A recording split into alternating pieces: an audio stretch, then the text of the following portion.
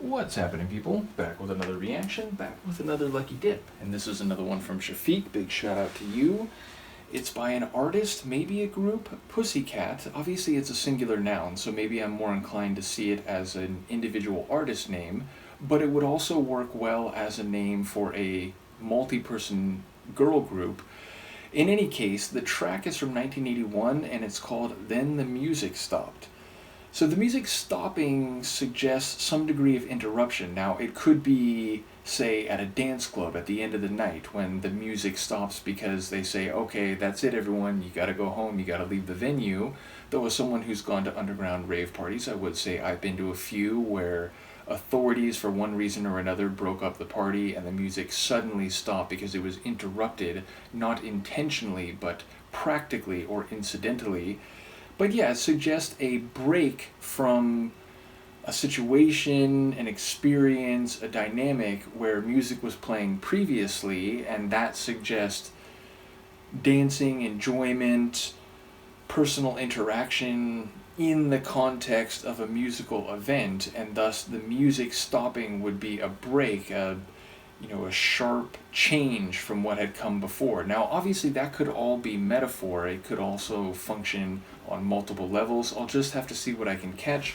This is Pussycat. The track is Then the Music Stopped, and it's from 1981.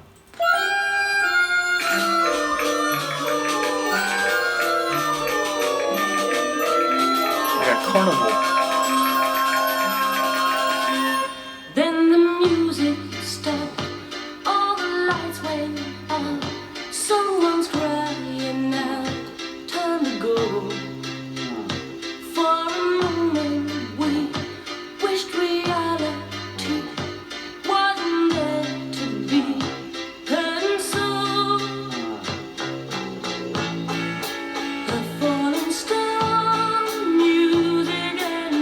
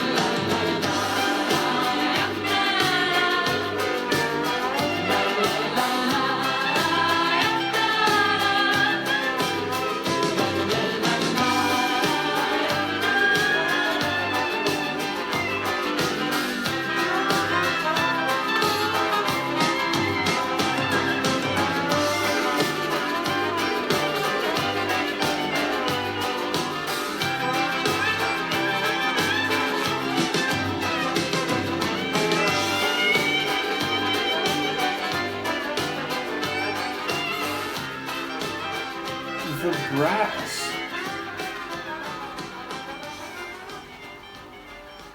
What a fascinating tune.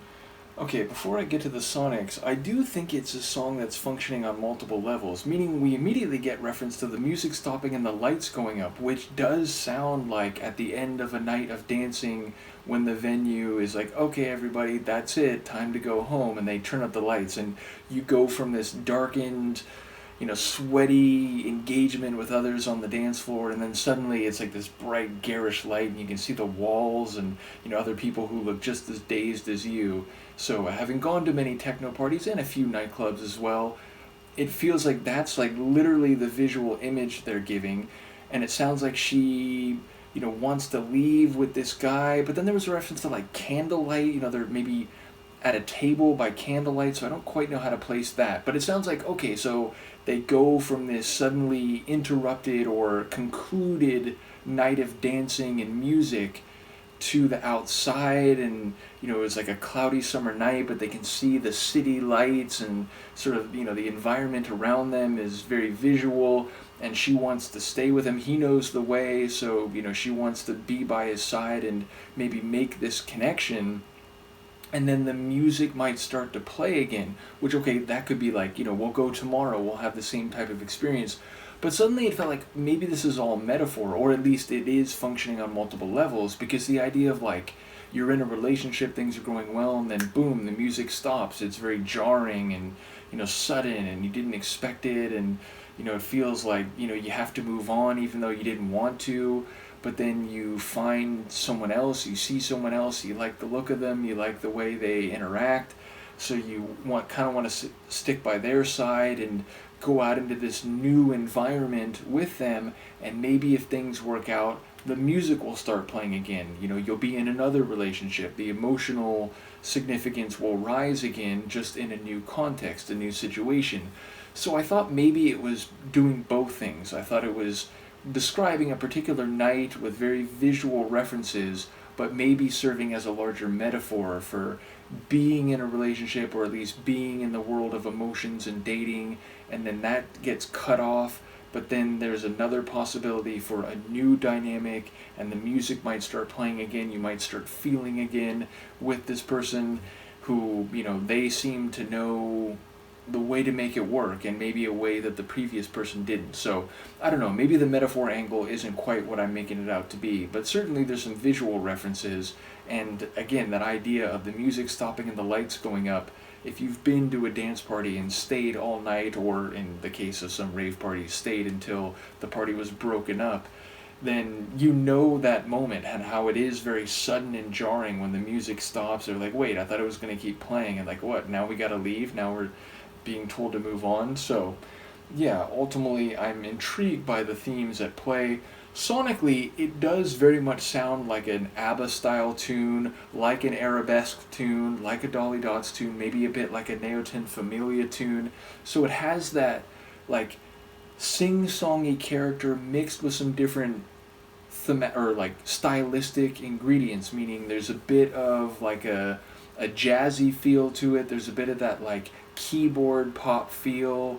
It's not quite disco, it doesn't really have that feel, but it does have a bit of a danceable character to it.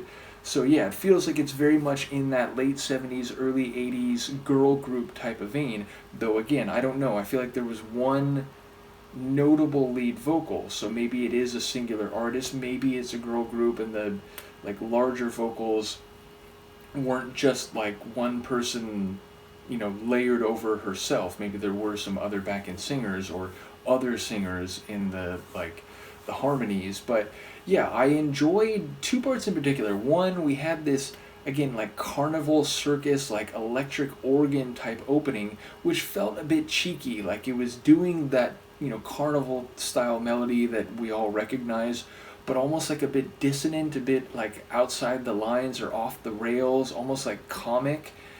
And then it rolls into, again, like that sort of rapid fire or like, persistent keyboard rhythm with that pulsing bass, which would like have a pulse, and then a bit of a roll, and then a pulse and a pulse. So it was sort of that fast, slow dynamic with the keyboard line and the bass line. And then, like halfway through, we started to hear what I think were brass. Like, maybe there was a woodwind, like a clarinet or something in there, but it mostly sounded like brass. And it reminded me of like a New Orleans or Louisiana, like marching jazz band. Which, if you don't know, like they have some cool jazz bands down there, and they like play like these funeral marches, which are like surprisingly energetic and happy sounding despite the context. And it like felt a bit like a New Orleans jazz band, but again, a bit like outside the lines, like, having a bit of fun with it, being a bit cheeky and comic in the stylings.